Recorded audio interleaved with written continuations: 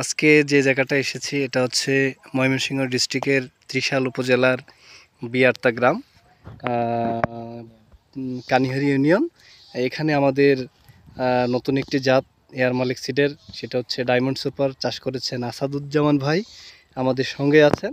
এই জাতটি সম্পর্কে ওনার মুখ থেকে শুনবো, সঙ্গেই থাকুন।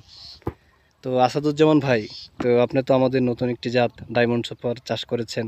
জি ভাই। তো এই জাতটি সম্পর্কে আপনি বিস্তারিত আমাদেরকে জানাবেন। বিস্তারিত কি জানাইতে এই জাতটা মনে করুন যে আমি তো নিজেও করছি এবং কি আমার পাশাপাশি অন্য চাষি ভাইরা করছি।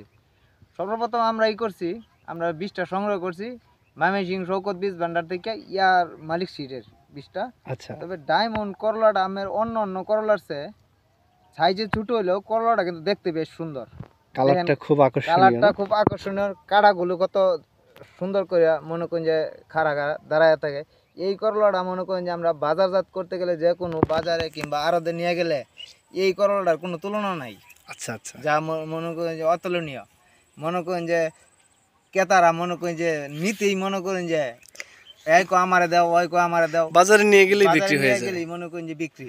তার মানে আপনি সহজ কথায় বলতে চাচ্ছেন যে এটা কালার, হ্যাঁ, কালারের জন্য সেরা, কালারের জন্য সেরা, সাইজ খুব চমৎকার, সাইজও খুব চমৎকার। এই দেখেন করলাটা দেখতে কত সুন্দর। এই করলাটা মনে করি এটা অতুলনীয়, বলার কিছু নেই। এটা যে কৃষকেই করছে, আমার পাশাপাশি আরো মনে করি 8-10 জন কৃষকে করছে। আমরা সবাই এক জায়গা থেকে বীজ সংগ্রহ করছি। সবাই এবার এই করলাটার খুব গুণগত মান সবাই ভালোই বলছে। এইটা মনে করেন যে আমি শীত এবং কি যে এবার যে তাপমাত্রা, এই তাপমাত্রা অন্য করলার চেয়ে এই দেখেন গাছ কত সুন্দর। অনেক সুন্দর, ক্ষেতের গাছ কত সুন্দর। অন্য ক্ষেত্রে যাইবেন গিয়ে দেখবেন হয় ডুকা নাই, পাতা মরে গেছে। এবার কিন্তু অন্য বছরের তুলনা তাপমাত্রা অনেক বেশি, কারণ 35 ডিগ্রির উপরে সবসময় আছে। এই বেশি তাপমাত্রার মধ্যেও চমৎকার। অন্য করলার চেয়ে মনে করেন যে ডায়মন্ড করলার ফলনও বেশি এবং কি কালারটাও ভালো। দেখেন আপনারা এই যে করলা কত সুন্দর। আচ্ছা, তার মানে আপনি বলতে চাচ্ছেন যে বাংলাদেশের এই হিট টেম্পারেচারের মধ্যেও সর্বোচ্চ ভালো করবে এই ডায়মন্ড সুপার করলাটি।